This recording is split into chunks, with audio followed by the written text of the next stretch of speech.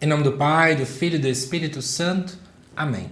Amados irmãos e irmãs, é com muita alegria que nós estamos aqui para juntos estudarmos e meditarmos a primeira leitura que a Igreja nos apresenta para esta quarta-feira da primeira semana do Advento.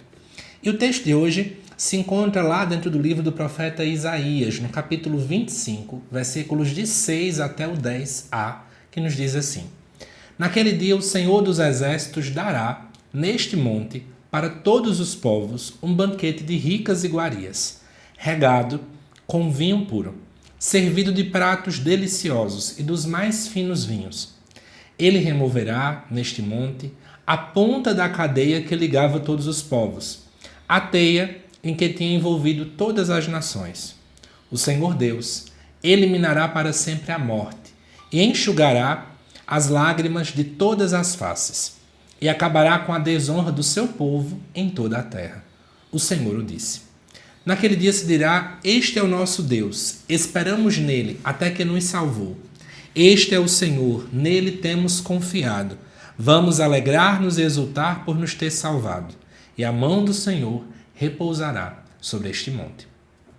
Amados irmãos e irmãs, o fato de chamar Deus de Senhor dos Exércitos é porque nós estamos dentro de um contexto em que existia muita questão militar, né? Naquele tempo era natural as invasões de exércitos de um império, por exemplo, sobre outro.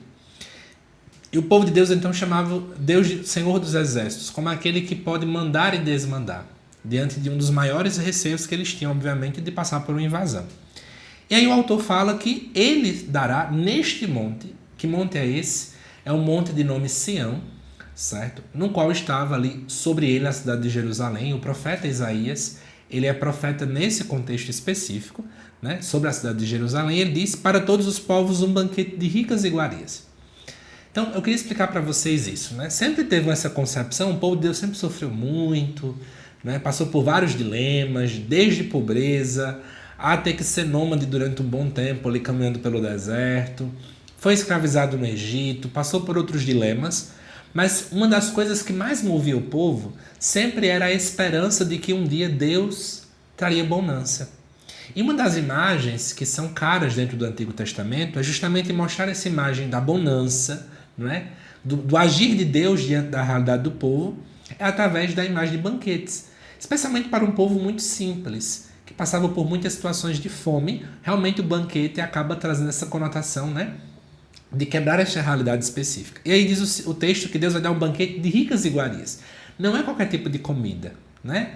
Não é qualquer tipo de realidade, mas é um Deus que vai trazer aí iguarias finas, ricas, deliciosas, regadas com vinho puro, com pratos deliciosos e vinhos muito finos. Ou seja, Deus honrará a fidelidade daquele povo.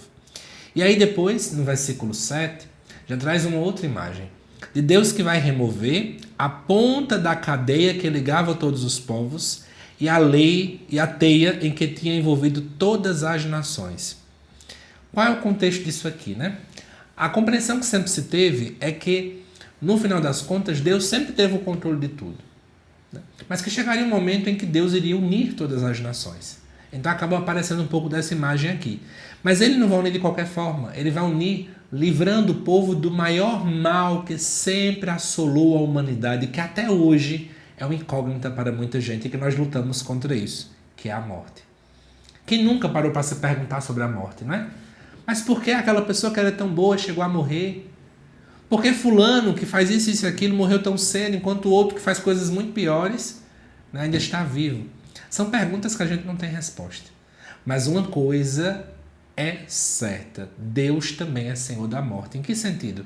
Ele consegue vencer a morte. A morte não tem controle sobre Deus.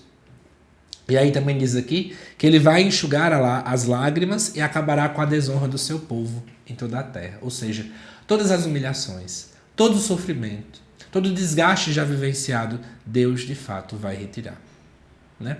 E aí o texto finaliza falando, né? Esperamos nele até que nos salvou. Este é o Senhor, nele temos confiado. Vamos alegrar e exultar. Ou seja, existe uma promessa de que no futuro nós vamos glorificar e dizer: a gente confiou nele e valeu a pena. Nós esperamos nele e valeu a pena, né? Nós alegramos-nos agora porque vimos a salvação acontecendo de modo verídico, né? De modo concreto sobre nós. Mas aí, gente, Depois de ter explicado o contexto da leitura para vocês, você pode se perguntar, e o que é que esse texto então nos fala sobre o Advento? O Advento, ele pode ser partido em duas partes. A primeira parte, que nós estamos vivenciando agora, nós focamos especialmente na segunda vinda de Cristo. E aí, olhando para esse texto, pensando na segunda vinda de Cristo, tem muita coisa que a gente pode refletir. Por exemplo, no final dos tempos, o céu vai ser como um grande banquete. Deus, de fato, nos alimentará.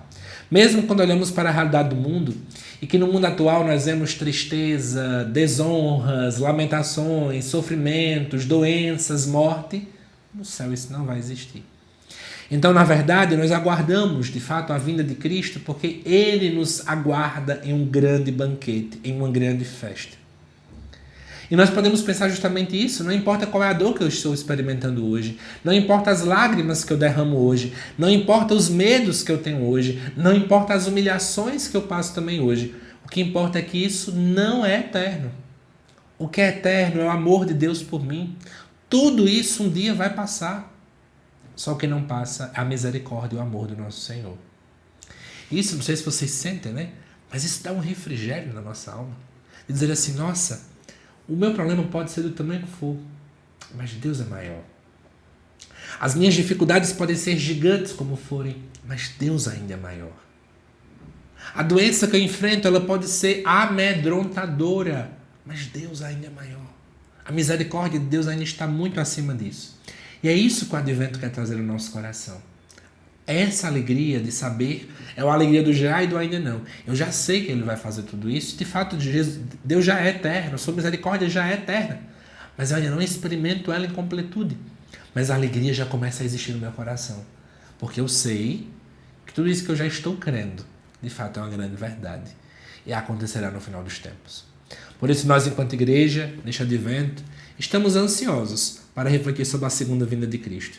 Que de fato o nosso Senhor venha. Nós aguardamos ansiosos a sua vinda, para que Ele possa secar toda lágrima, possa tirar toda dor, possa tirar todo e qualquer luto existente em nossa vida. Se você gostou desse vídeo, amado irmão e irmã, compartilhe ele com mais pessoas. Se inscreva também no canal, deixe sua curtida, deixe seu comentário, que é muito importante para que esse vídeo seja então recomendado para mais pessoas. E lembrando, eu te aguardo daqui a pouco, porque às 7 horas da noite nós vamos ter também aqui no ar o estudo do Evangelho, também nesta quarta-feira, tá certo? Que Deus te abençoe imensamente, amado irmão, amada irmã, e até daqui a pouco, também aqui no canal.